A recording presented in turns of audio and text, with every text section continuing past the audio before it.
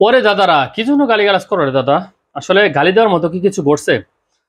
তো তোমরা বিশ্বকাপে জিতছ, ফাইনালে সাউথ আফ্রিকার সাথে ভালো একটা খেলা হয়েছে, যে খেলাটা গোটা বিশ্ববাসী মূলত এনজয় করছে এবং দিন শেষে ইন্ডিয়ার জয় হয়েছে। তাতে করে আমরাও এখানে আহ, মানে হ্যাপিনেসটা আমাদের ভিতরে চলে আসছে।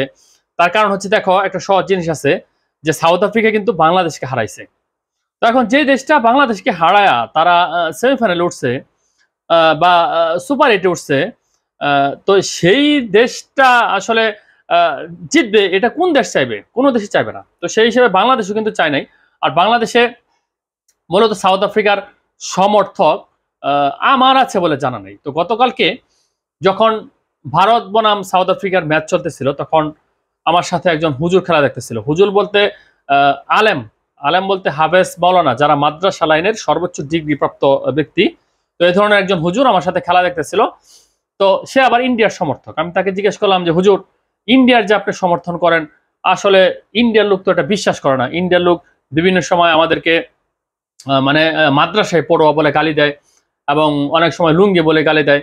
তো সে আমাকে দেখেন কত সুন্দর একটা উত্তর দিল। সে বলল কি যে, দেখো, আসলে তারা এই বিষয়টা সম্পর্কে জানে না। মাদ্রাসা শিক্ষাটা যে পৃথিবীর সবচেয়ে শ্রেষ্ঠতম শিক্ষা, এই ধারণাটা তাদের ভিতরে নাই, এবং মাদ্রাসা শিক্ষা সম্পর্কে তাদের নলেজ না থাকার দরুন এই সম্পর্কিত নেগেটিভ কথাবার্তা তারা বলে।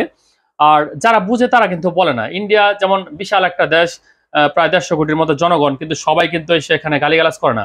শুধুমাত্র হাতে গোনা কয়েকজন বাঙালি, যাদের জন্মগত সমস্যা থাকতে পারে, যাদের বংশগত সমস্যা থাকতে পারে, বা যাদের যাদের কৃষ্টি কালচার সমস্যা থাকতে পারে, মানে এইভাবে তিনি আমাকে বুঝাইলেন। তো তার কথাটা আমার কাছে যুক্তিসঙ্গত মনে হইলো। যে তিনি আরেকটা কথা বললেন যে, দেখো, খেলাধুলা ভিন্ন জিনিস। আমার কাছে ইন্ডিয়ার খেলাগুলো ভাল লাগে, এবং ইন্ডিয়ার বিরাট কোহলির খেলা ভাল লাগে, এবং অনেক প্লেয়ার আগে ছিল যাদের কথা তিনি উল্লেখ করলেন। তো সবকিছু মিলাই মিশাই আমি ভাবলাম যে আসলে কথাগুলো তো যৌক্তিক। আমার আপন বড় ভাই, যিনি ইন্ডিয়া সমর্থন করছে সারা জীবন, এখনো করে। তো সেই হিসেবে ইন্ডিয়ার আমরা দেখলাম যে বিভিন্ন লোকজন তারা মানে বাংলাদেশের এই জার্সিটা দেখলেই তারা খারাপ কমেন্ট করে। আসলে দেখো রে ভাই, তোমরা তো আমাদের পার্শ্ববর্তী দেশ, তোমরা বিভিন্ন সময় আমাদেরকে বিভিন্নভাবে নিপীড়ন করেছ, বিভিন্ন এখন পর্যন্ত সীমান্তবর্তী এলাকায় প্রচুর পরিমাণে কিন্তু আমাদের উপর অত্যাচার হয়।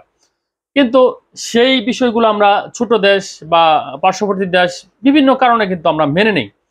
কিন্তু ফেসবুকে আইসা যখন তোমরা এই ধরনের ভালো ভিডিওতে আইসা খারাপ কমেন্ট করো, তখন কিন্তু একটা কথাই বলতে হয় যে যারা এই ধরনের কমেন্ট করে তাদের আসলে গালি দেওয়ার কিছু নাই। গালির বিপরীতে গালি দিতে আমি ইচ্ছুক না। একটা কথাই বলতে চাই যে তোমাদের বংশ পরিচয়টা তোমরা নিজেরাই এখানে কিন্তু তুলে ধরতেছো। মানুষ এখানে কিন্তু পাবলিকলি সকলে কিন্তু দেখতেছে। সেক্ষেত্রে একটা ভিডিও যখন ভাইরাল হয়, একটু ভালো রিচ পায়, ভালো ভিউ হয়, তখন কিন্তু সকলেই এই বিষয়গুলো দেখে, কমেন্টগুলো অনেকে পড়ে। তো যার যার নিজের ব্যক্তি পরিচয়, নিজের জন্ম পরিচয়, আপনি যে ওই যে গুহায় বা জঙ্গলে থাকেন, হ্যাঁ, এই পরিচয়টা যখন আপনি সভ্য সমাজে দিতে আসবেন, তখন একটু বুঝে সুঝে আইসেন। তা না হলে আপনার লজ্জা না থাকতে পারে, আপনার ফ্রেন্ড সার্কেল, আপনার ফ্রেন্ড লিস্টে অন্যান্য অনেকে আছে যাদের হয়তো বা এই বিষয়টা নিয়ে লজ্জা লাগতে পারে, আপনার নিয়ে এই বিষয়টা মাথায় রাখবেন।